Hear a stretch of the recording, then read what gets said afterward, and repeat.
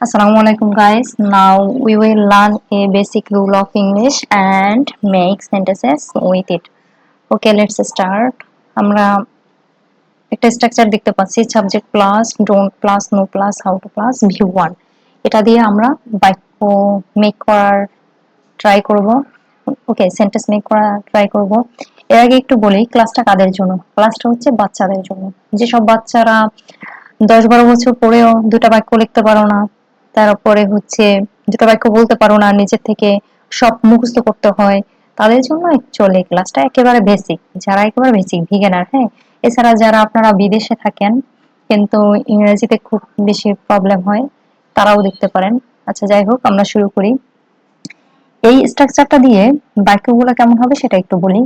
বাক্যগুলো হবে মানে আমি জানি না কিভাবে এটা করতে হয় ওটা করতে হয়, এই রিলেটেড যে বাক্যগুলো আছে আমরা বাংলাতে বলি, সেটা অ্যাকচুয়ালি আমরা এখানে ইংলিশ করা দেখব।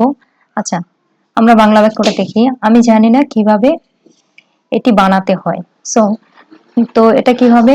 আই ডোন্ট নো, আমি জানি না হাউ টু, কিভাবে মেক ইট, এটি বানাতে হয়।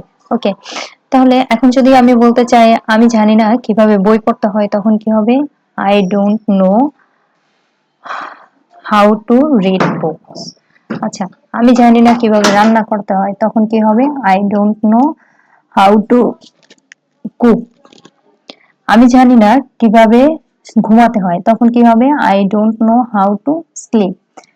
আচ্ছা, এখন যদি কেউ বলতে চায় আমি জানি না কিভাবে সাঁতার কাটতে হয়, তখন কি হবে? I don't know how to swim. আচ্ছা, এবার যদি কেউ বলে যে আমি জানি না কিভাবে একটি চিঠি লিখতে হয়, তখন কি হবে? I don't know how to write a letter. আচ্ছা, আমি না বলে আমরা কিন্তু তুমি বলতে পারবো, সে বলতে পারবো। এখানে সাবজেক্ট গুলো চেঞ্জ করতে হবে। হি সি ইট যদি থাকে তখন কিন্তু হি সি ইট এবং যে কোনো থার্ড পারসন সিঙ্গুলার নাম্বার হলে তারপর ডাজ দিতে হবে। হ্যাঁ, ডাজেন্ট, ডাজেন্ট। আচ্ছা, doesn't, he doesn't know how to. আচ্ছা, সে জানে না কিভাবে, কি বলা যায়, লার্ন, কিভাবে শিখতে হয়, লার্ন ইংলিশ। সে জানে না কিভাবে ইংরেজি শিখতে হয়।